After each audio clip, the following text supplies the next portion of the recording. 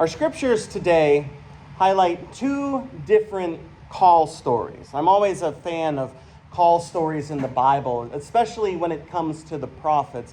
These ones aren't so grandiose necessarily. There's no strange angels or chariots of fire or anything like that. It's really rather simple. In the reading from Genesis, we have the call of Abram. And the story is really fascinating for a number of reasons, primarily because the interaction, when it starts, God literally just says, go. Go to the land I'm going to show you. Take all your stuff, leave your extended family behind, and go. And we read what happens next, and we know what happens next. He goes. Just like that. Now, of course, he's promised those who bless you will be a blessing, and those who curse you will be cursed likewise, and things like that. And God says, I will bless you so that you may be a blessing, so that the whole world will be blessed through you. And he just goes. He packs up all of his stuff. He packs up his wife, his nephew, his slaves, all of his belongings. He just packs them up and just goes. He leaves the city of Ur in Mesopotamia and goes to the land of Canaan, and he travels around bit by bit there, putting up altars, which I've never built an altar per se, but I'm pretty sure it involves wood and stone and is probably not easy work. He's promised this land to his descendants, which he doesn't even have right now, by the way. He has no kids at all. But he's promised these land to his descendants again so that the world might be blessed through him. And this is actually where the issues come from in the Middle East and in Israel today, is the ownership of the land. And while that's not necessarily the point, it's interesting to know. What is fascinating, though, is what happens. He just leaves. And he's given an amount of righteousness, right? Like, we look at Abram as a bastion of the faith, answering God's call, the kind of story that we want to be. We want it to be so that when God calls, we just go, no questions asked. And Abraham, rightly so, is praised for following God's will. But he wasn't alone. It would be easy for a single swinging bachelor to roam around town for a while, finding a new place to live. One person moving is different than one person, their wife, all of their belongings, nephew, and all of the slaves and servants that you have. And there are people in this story who sit on the fringe of it, but whose life is impacted by the decisions that Abram makes. And it makes sense. When we think about it, it makes sense because we hear stories and we might have even had experiences of moving from one place to another in order to follow a job, right? These are the things of movies and of stories. And again, we may have done these things, and it's never easy. It also would not be easy for Sarai, who had no say in the matter. It's easy, in a sense, to say I'm following God's will. We understand that on a rational level. If God tells you to do something, we know and understand that's what we're supposed to do. But Sarai and Lot exist on the fringe. And it wasn't just Abram who had to go. It was Sarai and Lot as well. Now we see this later because, again, we have this whole promise, this land is going to be for your descendants and you're going to bless everybody through your descendants. And that's going to kind of take babies, which is why Sarai is so important. And then we know of the story of Lot and all of the things that happened with him and his family. Almost as if there was some greater scheme at work, if you will, some grand plan that has always been in play. One of the nice things, and conversely hard things that we believe, is the sovereignty of God, which is really just the fancy word to say God's in control of everything. That everything that happens because it's supposed to. And it's meant to give us a bit of comfort, even when we get confused by it, and even when we don't necessarily like the plan that's going on. I worry about Sarai in the story, who lost her voice in it. She doesn't even get a bit in the story until later, and really the same with Lot. And yet they're following God's call as well. They're just following it almost through proxy. The sovereignty of God helps us to believe that God is in control of all things. Now, what that means for us is a couple of things. One in particular is that we don't necessarily have to worry. It also gets really confusing because does that mean we make choices? Are the choices premeditated? There are a bunch of books by people that are much smarter than me that will help you sleep at night if you would like to read them on the topic of free will and predestination. Good luck. What I can say and what I believe in my heart of hearts is that God is in control. Our choices matter to us because they are the choices that we make. Yet ultimately what we believe is that everything that happens, the good and the bad, is going to result in the best possible outcome because of our faith in God. That is what Abram is being praised for. And that is what Sarai and Lot should also be praised for. But it's problematic. It's nice to believe that God is in control of all things, that we can't necessarily screw things up, as it were. But that means we're not in control. That means we're in the passenger seat. Almost everywhere I go, I'm the one driving the vehicle. I'm fine with it. I like driving most of the time. I don't do well as a passenger. And the reason I don't do well as a passenger is because I'm not driving. And if I'm not driving, that means I'm at the whim of the driver to get me from point A to point B. And not only that, but I have to worry about every other driver on the road. And I can't do anything about it. If something were to happen while I'm in the passenger seat, it just happens. I have no control over the situation. I can't swerve or dodge or whatever I would need to do in order to keep people safe, because I'm not in control. I'm sure we've seen the bumper sticker, right? Jesus is my co-pilot. If Jesus is your co-pilot, you're in the wrong seat. There's a reason why we have the song, Jesus Take the Wheel. Jesus is the one who's supposed to be driving the car. That's just hard for us to accept because we as human beings want to control things. Abram had no control in this situation. It looks like he does, right? It looks like he made this choice to go. And yet what we read in Romans also is the fact that righteousness was already given to Abram before he made the choice to go. Almost as if there was a grand plan, a scheme in place, as it will. There's a question that pops up in my mind, and I'm sure that it popped up in Abram's mind and probably Sarai's mind and maybe Lot's mind as well. It's a question that pops up in all of our minds from time to time when we hear the call of God in our lives. Why? Why me? And see, here's the thing. I know my faults and my flaws. I fully get that. I understand that to a T. There is one of my favorite things to say is a half quote from Forrest Gump, which is simply, I just say, I'm not a smart man. Because I know I'm not perfect. I know that I'm going to screw up and I'm going to make mistakes. And yet consistently, God says, hey, you're gonna do this. Why?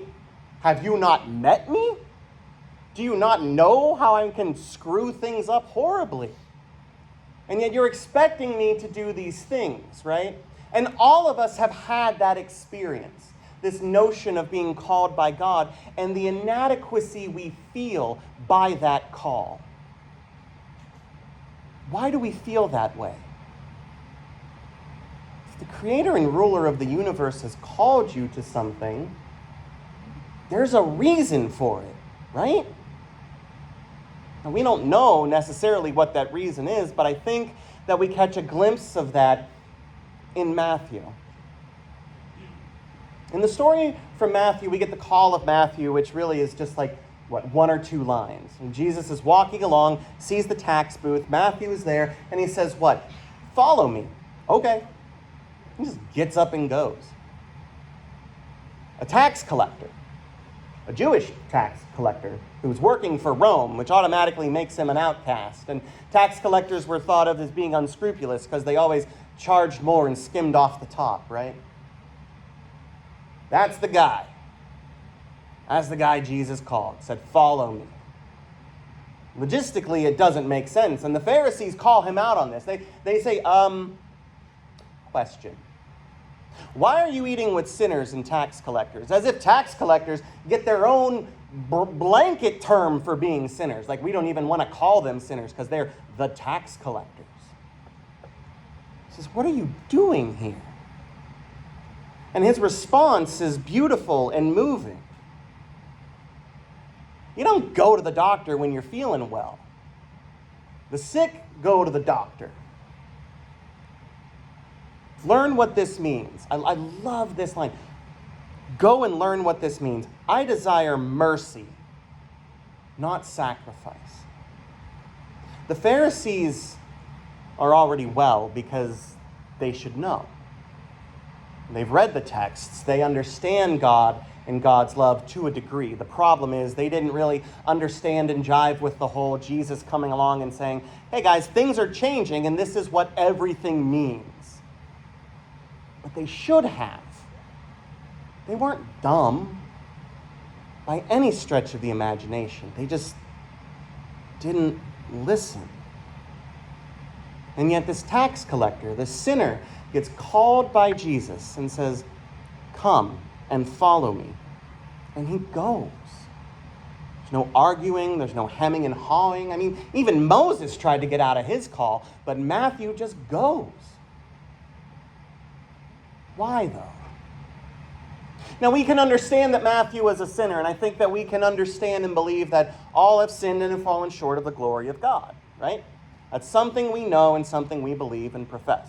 So everybody is in need of God's grace and saving. Some people need an extra lesson. Look at what happens next in this text. It's very fascinating, and it's beautiful and it's moving, because after Jesus yet again gives a what for to the Pharisees, a leader from the synagogue comes up, and his daughter died. One of the most horrible things that could ever happen to someone. So my daughter has just died. But if you come and lay your hands on her, she will live. Like, he gets it. He knows. And he's a leader of the synagogue. So he has this knowledge of what God can do. And he believes that this can happen through Jesus. And what happens then? Jesus is called. And Jesus just gets up and goes. He follows him, but he doesn't go alone. No, he brings the disciples with him, because of course they do. Because the point of all of this is to teach and to learn and to grow. And so Matthew, the tax collector, the sinner, the unscrupulous guy, not to mention Peter, who will likely screw up and does later, and the other disciples who are there, who are all flawed human beings, go and see what happens next. Jesus is recognized as having power and authority. That's important step number one. Number two is that someone believes in the power of Jesus so much that if they just touch his clothes, he will be made well. This is the shorter version of that little story. A woman is bleeding for 12 years uncontrollably. If I just touch his cloak, I will be made whole. She does. And what does he say to her? Your faith has made you well. Who is there watching this? The disciples. You know, the schmucks that got called by God, the ones that are not worthy enough, right? And so they go to the person's house, they go to this man's house, and they have the professional mourners, and they're weeping and wailing and gnashing teeth and ripping their clothes, and flutes are being played, and Jesus just says, go on, get. Shoo. She's not dead, she's just asleep, which elicits a laugh from the crowd, because of course it does, because even the rudimentary understanding of medical science that they had then, you would be able to tell a living body from a dead body. So he goes in the room, he takes her by the hand, and she lives. And that story spreads. But who is there? And who gets to see this? Getting to see the miracles of Jesus firsthand. It's Matt, the tax collector, the sinner, the one who's not worthy of doing things, right? It's because Jesus desires mercy more than anything else. And he loves Matthew. He loves Matthew so much. He knows what Matthew needs, and he knows what Peter and John and all of them, he knows what all of the disciples need. He knows what we need. Following the will of God is basically like saying, buckle up, buttercup, because it's about to get weird. It's hard. There's no question about it. We're called to do things differently, to go about our days differently, to live our lives differently. And we think, why? We're not smart enough. We're not good enough. We're too this, we're too that. We can't possibly do these things. And I've known and I've witnessed over and over again that very rarely does God ever call the people who you think would be the good one to do it. Right? God doesn't call the equipped, he equips the call, as we like to say. And he does this because God knows us better than we know ourselves. Can we do it on our own? No, absolutely not. We can't. I don't want to be a pessimist. That's just the reality of the situation. We are human beings. We are prone to messing things up when we can. And yet still, God loves us enough to call us, because God knows what we need, because God knows us. It's beautiful. It's absolutely touching. We follow Jesus, we will see the great things. It's not going to be easy. It'll be hard. It'll be challenging. And we will think to ourselves, I can't do it. I can't go on. I want to throw in the towel. But the knowledge that Jesus knows us on a personal level, loves us enough, believes in us enough to empower us and strengthen us to rise to the weight of the call of discipleship, that's going to lead us through those hard times. Hard times make stronger people. Iron sharpens iron. If you're making a sword, you have to have really hot forge and things like that. And none of us, as we exist currently, are perfect. But we're loved by God. In spite of all of the ways that we delude ourselves into thinking we're not good enough, we're not smart enough, strong enough, this, that, or the other thing, Jesus says, I don't care. I know you. I love you. And I believe in you. So sit back, buckle up, and enjoy the ride. Amen.